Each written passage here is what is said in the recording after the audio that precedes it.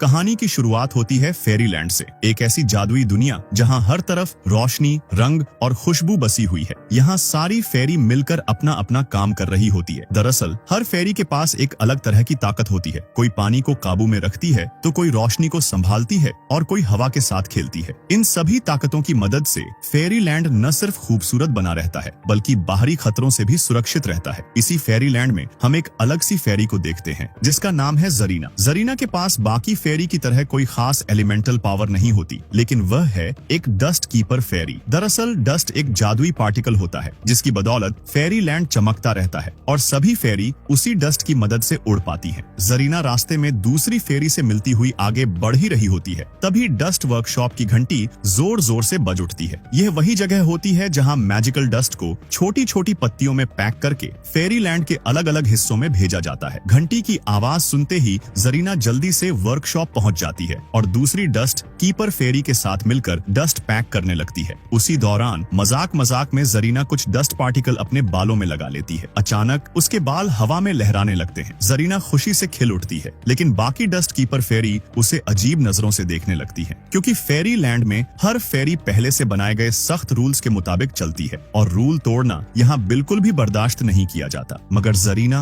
वो बाकी फेरी जैसी नहीं थी। वह बेहद क्यूरियस थी। नई चीजें जानने और समझने की चाह उसे अक्सर एक्सपेरिमेंट करने पर मजबूर कर देती थी। इसी बीच डस्ट कीपर फेरी के हेड गैरी वहाँ पहुँच जाते हैं। गैरी जरीना को अपने साथ ले जाते हैं और उसे बताते हैं एक खास डस्ट के बारे में, जिसे कहा जाता है ब्लू डस्ट। गैरी समझाता है कि ब्लू डस्ट की मदद से मैजिकल डस्ट की ताकत कई गुना बढ़ाई जा सकती है। वह यह राज जरीना को इसलिए बताते हैं क्योंकि उन्हें उस पर पूरा भरोसा होता है कि एक दिन वही एक बेहतरीन ब्लू डस्ट कीपर बनेगी। लेकिन जरीना की जिज्ञासा यही नहीं रुकती। वह मासूमियत से पूछ बैठती है, अगर डस्ट इतना जादुई है तो ये हमेशा गोल्डन कलर का ही क्यों होता है? बैंगनी या गुलाबी क्यों नहीं हो सकता? गैरी गंभीर होकर समझाते हैं, हम डस्ट कीपर्स हैं, हम किसी भी चीज के साथ छेड़छाड़ नहीं कर सकते, ये बहुत खतरनाक हो सकता है। मगर जरीना उनकी बातों को पूरी तरह दिल से नहीं लेती। चुपके से वह अपने बैंगल पर गोल्डन डस्ट लगाती है और उस पर ब्लू डस्ट की कुछ बूंदें टपका देती है। अचानक बैंगल में मौजूद डस्ट पार्टिकल तेजी से बढ़ने लगते हैं। वो आपस में टकराने लगते हैं और आउट ऑफ कंट्रोल हो जाते हैं। एक पार्टिकल उड़ता हुआ सीधे गैरी के सिर से टकरा जाता है। गैरी नीचे गिर पड़ते हैं। यह देखकर गैरी बुरी तरह गुस्सा हो जाते हैं और जरीना को सख्त चेतावनी देते हैं कि आगे से वह ऐसा कुछ भी न करे। टूटी हुई उम्मीदों के साथ जरीना अपने घर लौट आती है। वह बेहद उदास होती है, क्योंकि उसका अब तक एक भी एक्सपेरिमेंट कामयाब नहीं हुआ था। उदासी में डूबी हुई वह अपनी एक्सपेरिमेंट बुक पढ़ रही होती है कि तभी उसके सिर पर लगा ब्लू डस्ट का एक छोटा सा पार्टिकल नीचे गिर पड़ता है। जरीना की आंखों में उम्मीद की चमक लौट आती है। वह गोल्डन डस्ट और ब्लू डस्ट को मिलाकर एक नया एक्सपेरिमेंट करती है और इस बार कुछ अलग होता है। वह एक ऐसा मैजिकल डस्ट बना लेती है जिसकी मदद से वह रोशनी को कंट्रोल करने लगती है। एक ऐसी ताकत जो सिर्फ लाइट फेरी के पास होती है। जरीना खुशी से झूम उठती है। वह तुरंत अपनी दोस्त टिंकर फेरी को अपने घर बुलाती है। दोनों मिलकर एक्सपेरिमेंट करती हैं और अलग अलग रंगों के डस्ट पार्टिकल तैयार कर लेती हैं। यह देखकर टिंकर फेरी हैरान रह जाती है। दरअसल फेरी लैंड में हर फेरी का अपना एक खास रंग और पावर होती है और जरीना का बनाया हुआ डस्ट उतना ही पावरफुल होता है। लेकिन टिंकर फेरी को डर लगने लगता है। वह जरीना से कहती है, प्लीज ये सब रोक दो,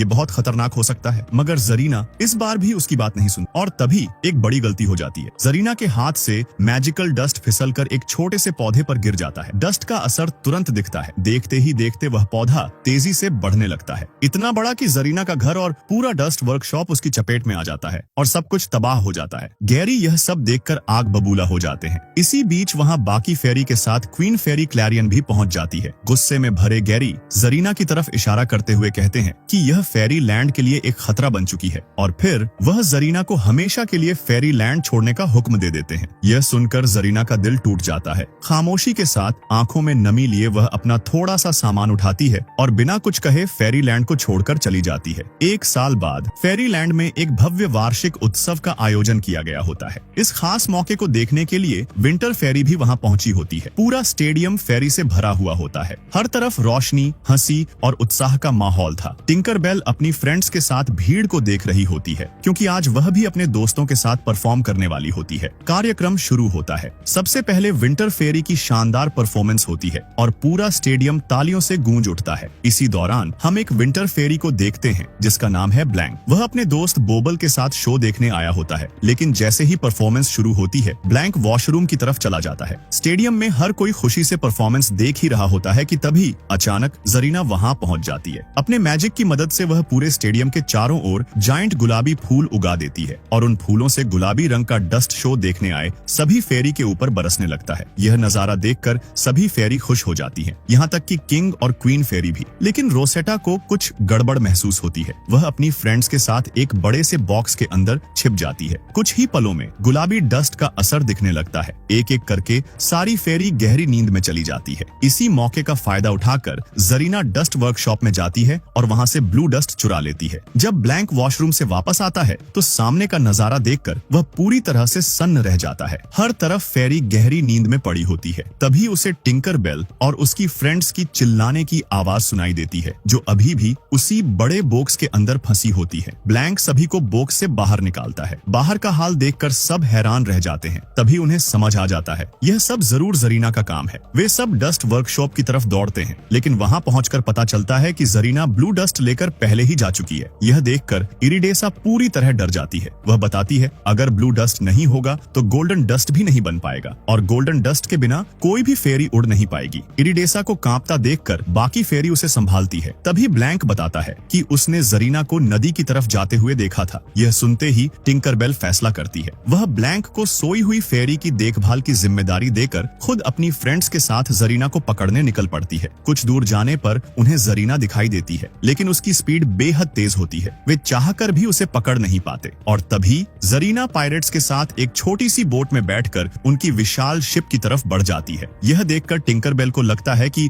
जरीना को पायरेट्स ने बंदी बना लिया है। उसी मजबूरी में उसने ब्लू डस्ट चुराया होगा। यह सोचकर टिंकरबेल और उसकी फ्रेंड्स जरीना को बचाने के लिए खुद भी छोटी बोट में चढ़ जाती है। लेकिन शिप पर पहुंचते ही एक चौंकाने वाला सच सामने आता है। पायरेट्स ने जरीना को किडनैप नहीं किया है, बल्कि जरीना खुद सभी पायरेट्स की कैप्टन होती है। यह देखकर सारी फेरी टूट जाती है। दुख और गुस्से में वे पायरेट्स और जरीना पर हमला कर देती हैं और किसी तरह जरीना के हाथ से ब्लू डस्ट छीन लेती हैं। मुश्किल से जान बचाकर वे वहां से भागने लगती हैं, लेकिन तभी जरीना उनके सामने आ जाती है। वह ब्लू डस्ट वापस मांगती है। जब टिंकरबेल डस्ट लौटाने से मना कर देती है तो जरीना एक जोरदार मैजिकल डस्ट उन सभी पर स्प्रेड कर देती है। असर इतना तेज होता है कि सारी फेरी नीचे गिर पड़ती है और जरीना ब्लू डस्ट लेकर वहां से गायब हो जाती है। अगले सीन में हमें एक चौंकाने वाला सच देखने को मिलता है। जरीना के मैजिकल डस्ट स्प्रेड करने की वजह से सभी फेरी की पावर आपस में एक्सचेंज हो चुकी होती है। अब कोई फेरी अपनी असली ताकत के साथ नहीं है। इसी वजह से सभी को भारी मुश्किलों का सामना करना पड़ता है, क्योंकि अचानक मिली नई पावर किसी के भी कंट्रोल में नहीं होती।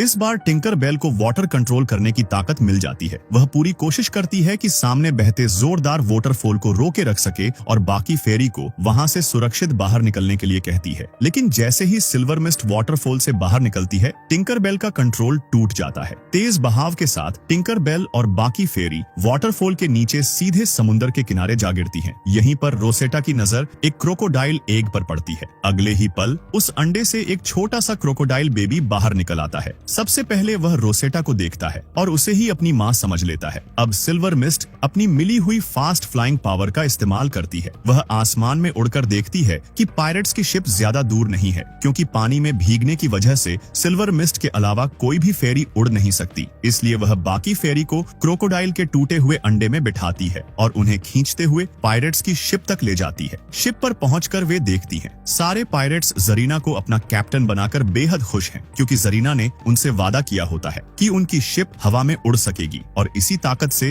वे पूरे समुद्र पर राज करेंगे। कुछ देर बाद ये सब पहुंचते हैं स्कल आइलैंड पर। यहीं जरीना ने अपना खुद का डस्ट वर्कशॉप बना लिया होता है। जरीना ब्लू डस्ट की मदद से ढेर सारा गोल्डन डस्ट बनाना चाहती है ताकि पायरेट्स की शिप आसमान में उड़ सके। दूसरी तरफ फेरी चुपचाप छिपते हुए उस जगह तक पहुंच जाती है जहां ब्लू डस्ट रखा होता है। जरीना उस समय जेम्स के साथ बात करने में बिजी होती है। मौका देखकर सारी फेरी मिलकर ब्लू डस्ट चुराने की कोशिश करती है, लेकिन पावर एक्सचेंज की वजह से वे आपस में तालमेल नहीं बिठा पाती और तभी जरीना की नजर उन पर पड़ जाती है। उसके इशारे पर एक पायरेट सभी फेरी को पकड़कर एक पिंजरे में कैद कर देता है। उधर जरीना ब्लू डस्ट की मदद से गोल्डन डस्ट बनाने में कामयाब हो जाती है। यह देखकर सारे पायरेट्स खुशी से झूम उठते हैं। जेम्स उत्सुक होकर पूछता है, अब हम उड़ेंगे कैसे? जरीना जेम्स के शरीर पर गोल्डन डस्ट लगाती है और उसे हवा में उड़ना सिखाती है। जेम्स बेहद खुश हो जाता है, लेकिन जैसे ही उसे यकीन हो जाता है कि गोल्डन डस्ट कैसे काम करता है, वह जरीना को धोखे से पकड़ लेता है और एक बॉक्स में कैद कर देता है। असल में जेम्स ने शुरू से ही जरीना को कैप्टन सिर्फ इसी वजह से बनाया था ताकि वह ब्लू डस्ट और गोल्डन डस्ट हासिल कर सके। यह सच्चाई देखकर जरीना पूरी तरह टूट जाती है। उसे समझ ही नहीं आता कि अब वह क्या करे। उधर दूसरी तरफ टिंकर बेल और बाकी फेरी अब भी पिंजरे में बंद होती है। वे कई बार भागने की कोशिश करती हैं, लेकिन हर बार पायरेट उन्हें पकड़ लेता है। तभी अचानक शिप पर वही क्रोकोडाइल बेबी आ जाता है जो बीच पर रोसेटा को मिला था। वह रोसेटा और बाकी फेरी को पिंजरे से आजाद कर देता है। जब पायरेट उन्हें फिर से पकड़ने आता है तो बेबी क्रोकोडाइल उस पर हमला कर देता है। मौका मिलते ही रोसेटा और उसकी फ्रेंड्स वहां से निकल जाती हैं। छिपते छिपाते वे फिर उसी जगह पहुंचती हैं जहां ब्लू डस्ट रखा होता है। वे ब्लू डस्ट उठाकर वहां से जाने ही वाली होती हैं कि तभी उन्हें जेम्स की आवाज सुनाई देती है। जेम्स धमकी देता है, अगर तुमने ब्लू डस्ट मुझे नहीं दिया तो मैं जरीना को पिंजरे समेत समुद्र में फेंक दूंगा। यह सुनकर टिंकर बेल रुक जाती है। वह ब्लू डस्ट वापस उसी जगह रख देती है जहां से उसने उठाया था। जेम्स ब्लू डस्ट लेकर गोल्डन डस्ट को अपनी शिप पर डाल देता है और फिर वह अपनी उड़ती हुई शिप के साथ वहां से निकल जाता है। जरीना को पिंजरे समेत नीचे समुद्र में फेंक दिया जाता है, लेकिन जरीना के डूबने से पहले